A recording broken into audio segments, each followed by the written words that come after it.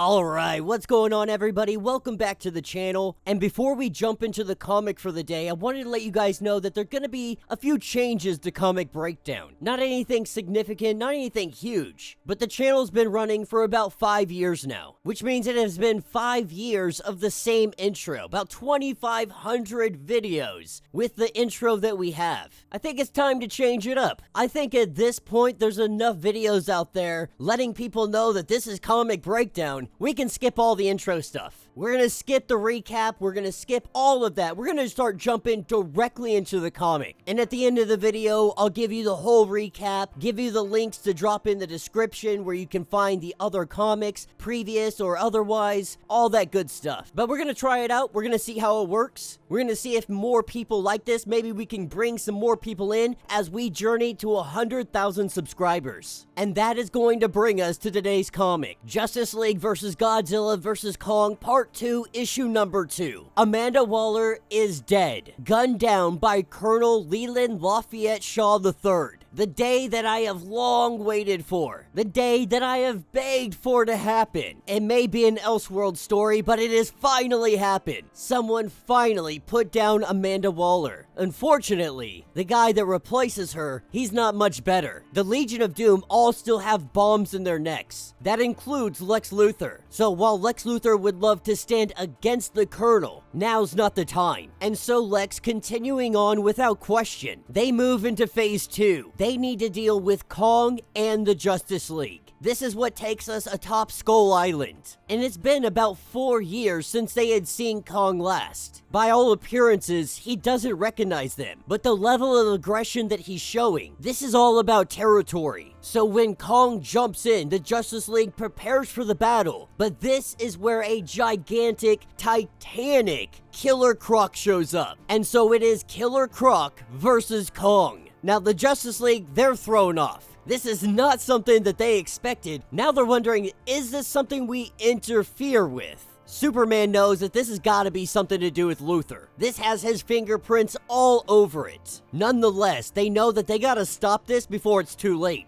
Only one of them are gonna walk away from this alive. And so Supergirl, she goes in to try and talk to Kong. She had talked to him last time. She's hoping maybe there's just a way that they can communicate. But as quickly as she goes in, Kong swats her away like a fly, with Superman going to grab her before she smashes into a mountain. The Justice League are quickly seeing that they are just getting in the way of this fight. And so Superman and Supergirl, together, they fly directly into the back of Kong, and they send him flying. They send him to the other side of the island, but it might be too late already. Kong came down with his fists, and he smashed CROC. Smashed him until he stopped moving. And when the Justice League goes to investigate, they see that he has no heartbeat. But he also shrinks back down to size. So whatever made him giant, it wasn't a permanent thing. Kind of similar to Atom Smasher. And Barry even points out, like, this is not sitting right with me. Kong killed Killer Croc, and we sat here and watched it happen. We tried to interfere, and even Batman doesn't like it, but this is the animal kingdom. It is much different than humans. Ultimate intervention would have meant challenging Kong, likely a fight to the death. But Barry knows that next time, they gotta be better prepared. They gotta figure out what caused this. And Batman's able to pick up a bunch of radiation coming off of Killer Croc.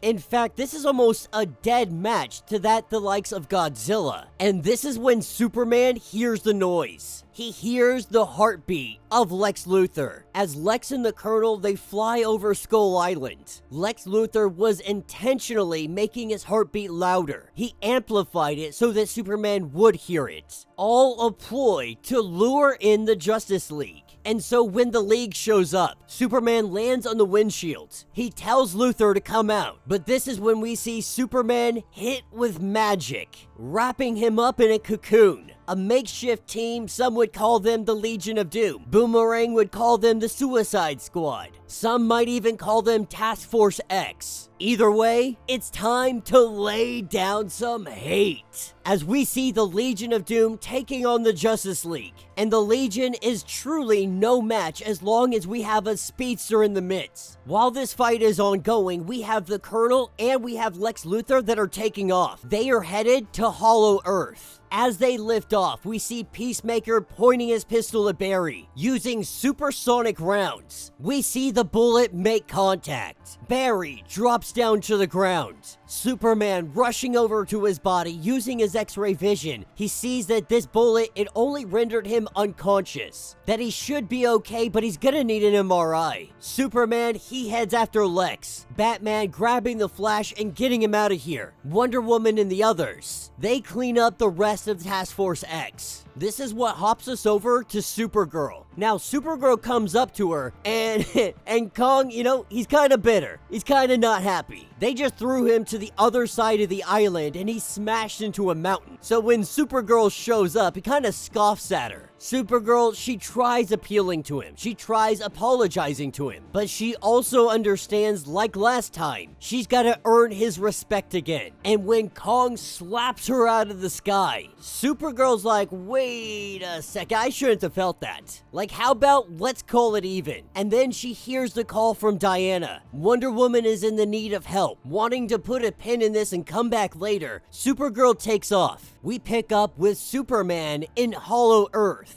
As he flies around these caverns, he knows that Lex Luthor is here. He can hear the heartbeat. And when Superman sees the ship, he goes chasing after, only to get flanked by Lex, sucker punching Superman. And Lex tells him, I noticed that you are not quite godlike down here. Not on this Earth. And Superman, he wants to know, like, why are you even here? Like, what are we doing here, Lex? Lex has come here for some kind of energy source. As Superman tries to get as much information as he can from Lex, Lex is telling him, like, you're focusing on the wrong things. You have bigger problems at hand. Problems as big as the sun. Because down here, there isn't one. That I can bet you can already feel yourself getting weaker. That's when his monologue is broken up. The rumbling of the cave. The thunderous booms. The roars. Lex Luthor thought he could come to Hollow Earth. That he could take what he wanted, that there would be nothing to stop him, there would be no protectors, that there would be no guardians. But when Lex Luthor turns around, he sees the great apes. He sees the Titans. Kong's species still lives, and they are pissed. That will be the end of this issue. So let me know what you guys think down in the comments. If you're completely lost, if you don't know what's going on, I highly recommend you check out the link in my description. Also, the tabs at the top of the video. It will take you to a playlist that's going to get you caught up on everything that has happened with Justice League versus Godzilla versus Kong. Part 1, issue number 2 of Part 2, the whole 9 yards. It's all there for you guys. All in all, though, not a bad story. I am obviously ecstatic that Amanda Waller was taken out. I freaking hate Amanda Waller. And I guess that's a testament to how well she is written. Every time they write her, they make me hate her. Like, I legitimately hate her. And she's a fictional character. They write her really well as a villain, though. It is nice seeing her taken off the board. But can the Colonel truly fill those steps, fill those shoes of keeping the Legion of Doom in check? Because that was the thing about Amanda Waller. For however much people may hate her, she did a great job of keeping supervillains in check. Even superheroes at times. Can the Colonel do the same? The bombs may be in their necks, but he doesn't have the years of experience of these guys constantly trying to find a way around that. Constantly trying to find their own loopholes. Trying to find ways around this whole bomb in the neck prisoner type situations. Is he gonna be enough for the perceived scheming that is gonna happen? And we're also learning that on Skull Island, on Hollow Earth, Superman Kryptonians, their power is lessened. Deep down in the depths of Earth, the power is even less. We don't know how weak Superman is going to become, but his power seems to be consistently draining, which is a rather unfortunate thing for him considering there are 4 giant Kong species gorillas that are facing against him and Lex Luthor, which means him and Lex are going to have to fight together to get out of this one. Last but not least, one of my least favorite things that is a constant trope used, shooting Barry Allen in the head. DC Comics, stop it. I don't care if the rounds are supersonic. I don't care if they're heat-seeking, Barry Allen,